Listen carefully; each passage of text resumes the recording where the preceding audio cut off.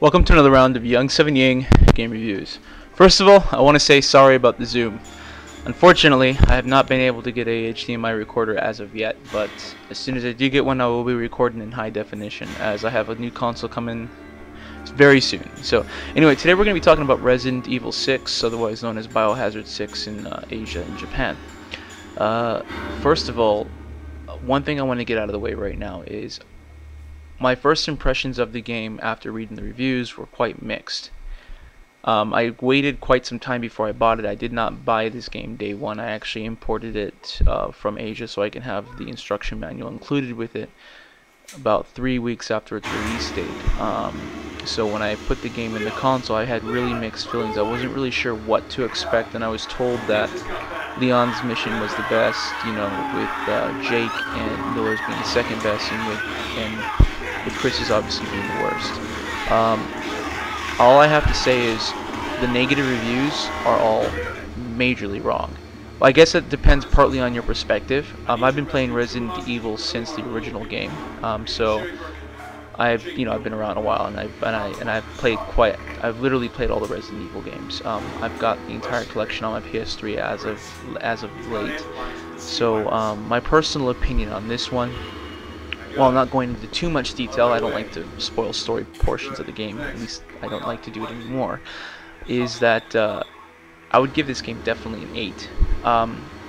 Probably an 8.5, to be perfectly honest with you. The graphics in this game are spectacular. There's no other word I can use for it. The graphics are really nice. The only thing I wish they did include, which it does have it to some extent, but I wish they were able to implement it more, is environmental damage. It is there, but it's very subtle, and it doesn't really happen in certain places where you think it would happen. From a scary perspective, or from a suspense perspective, this game does have its key moments, and the moments that actually count. I'm actually showing you the beginning of chapter 5 for Leon's mission. I'm only going to go through the first 10 minutes of it. I'm not going to tell you any story details for those of you who haven't played this game yet, who are possibly looking at this video. As you can see from the vid, again, excuse the fact that it's a zoom instead of a direct feed, but as you can see from this vid, it looks beautiful. It's a beautiful looking game. Graphically speaking, there's nothing really bad I can say about it. From a technical standpoint, I do like the fact that you're able to walk and shoot this time. Not really run, more like walk at a fast pace and, you know, fire your gun, which I guess is a step up from not being able to move before. You're able to duck, slide, roll out of the way, which is pretty neat. There are a lot of QTEs in this game, which can be a turnoff for some. For me personally, I did not find them to be an annoyance in any way, with one exception. I'm not going to really go into that, but it has to do with mainly to do with Leon's mission on the 4th episode. Now, I haven't played all the way through episode 5, so I haven't experienced anything else yet in terms of annoyances for the QTs, but I've played through both Jake and Chris's missions already, which, by the way, aren't bad missions. And you can see this scene here. I'm getting my ass kicked. I just died, which is good, I guess. The game does have a difficulty factor. I'm playing this game on medium setting. A lot of people said this game was a lot easier than past Resident Evil games. I beg to differ. It's actually a lot more difficult. I did find myself dying multiple times, even with the partner, who can sometimes be quite useless and taking you out. The good news is she doesn't steal your weapons anymore, which is a positive. Main thing to look at with this particular Resident Evil, or this particular entry, is that it's not a bad game. First of all, I've said that many times, and I just want to reiterate, it's not a bad game. It's definitely different from past Resident Evil games, but it takes the best of all the different styles of Resident Evil and mixes them all into one game. Each campaign is drastically different. You've got Leon's mission. You have Leon's mission, which is more reminiscent of the original Resident Evil Code Veronica, and also Resident Evil 4, which everyone seems to love the most when it comes to Resident Evil games. Chris's missions are very reminiscent of Part 4, but actually Chris's missions are a step up from Part 4. A lot of people criticize Chris's missions as being bland and uninteresting, and I beg to differ, although there are the melodramatic moments of, you know, overacting or or B-rated acting, I'll say. Other than that, you know, his mission was quite fun. I did enjoy it. And one thing that I really liked that they did was each mission ties into, or each story ties into the other story in one form or another. So the only way you can really get the full story is by playing through all the different missions, and it's definitely an interesting game to play in that aspect. Looking at Leon in particular, his mission, I will definitely say, is probably, if you're looking for a more suspenseful type mission, is probably the best mission of them all. Another thing to look at too is Resident Evil 4 ran roughly about, for me at least, about 10 to 13 hours. This game, I'm already on Leon's mission. This is episode 4. I'm about 22 hours into the game, and that's because I like to explore all the different streets and all that, and I play the games quite slowly. That, you know, I'm not the best person when it comes to playing these types of games. Given all I have to do now, work and whatnot.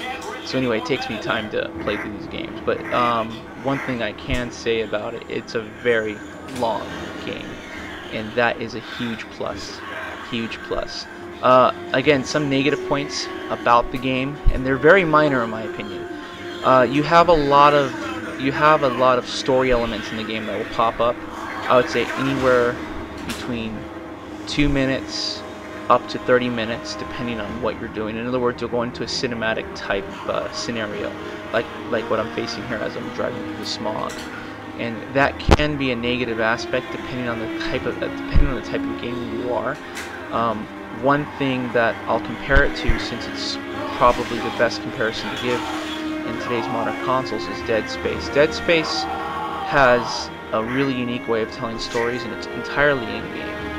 While Resident Evil is trying to do that as well, it's more on rails than Dead Space is, and it doesn't really give you the freedom of control that Dead Space gave you. Now, while I think Resident Evil 6 is a huge step in the right direction, unlike a lot of other people, I feel that they could have done a lot better, and I do hope they continue the series for Part 7, whenever that may come out. Probably won't see it for another 2, maybe 3 years.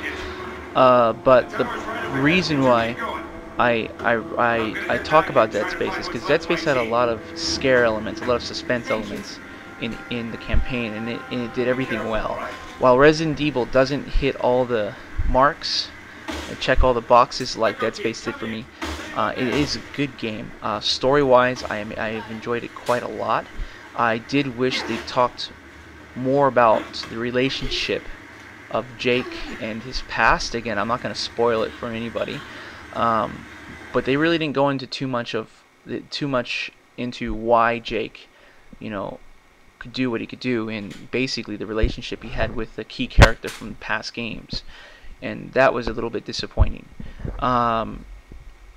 Also, you know, how the game starts off, it just kind of throws you into a bunch of zombies and this C-virus menace, but it doesn't really have a prologue, or, you know, basically how this all got started to begin with.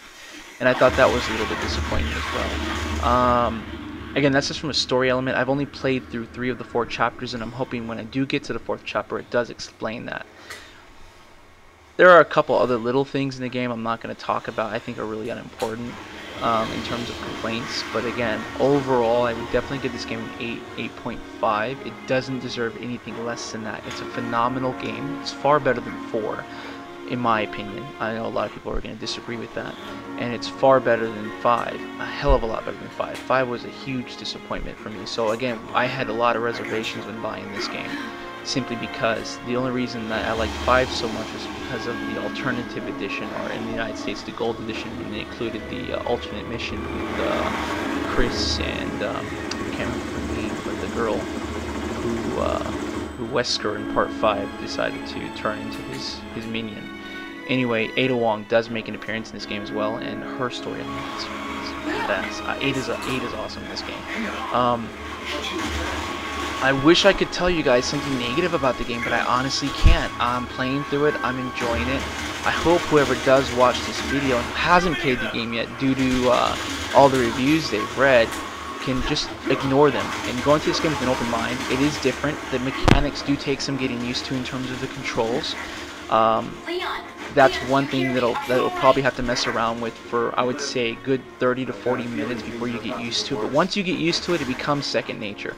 It's kind of like Yakuza, the end. You know, the control scheme was completely different from past Yakuza games. But once you got used to it, it really does become like second nature. And you guys see me playing this game all awkwardly, but the reason for it is just because I was recording this video at the same time I was playing, so I was just making sure that it was recording properly.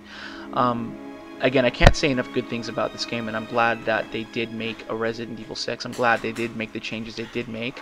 Obviously, they could have made a lot of better changes, but the changes that they have made are all in a step in the right direction. One of the things I would recommend for the next Resident Evil is that they give you more control over the character during in-game cinematics. In other words, they infuse the story element with the actual gameplay element instead of separating the two. There's really not much else I have to say about the game other than you need to pick it up if you haven't already, and if you have, I'm glad you did, and I'd like to know your opinions of the game yourself. So let me know, good or bad opinions, of what you think about Resident Evil 6/Biohazard 6. Thank you guys, and talk to you soon.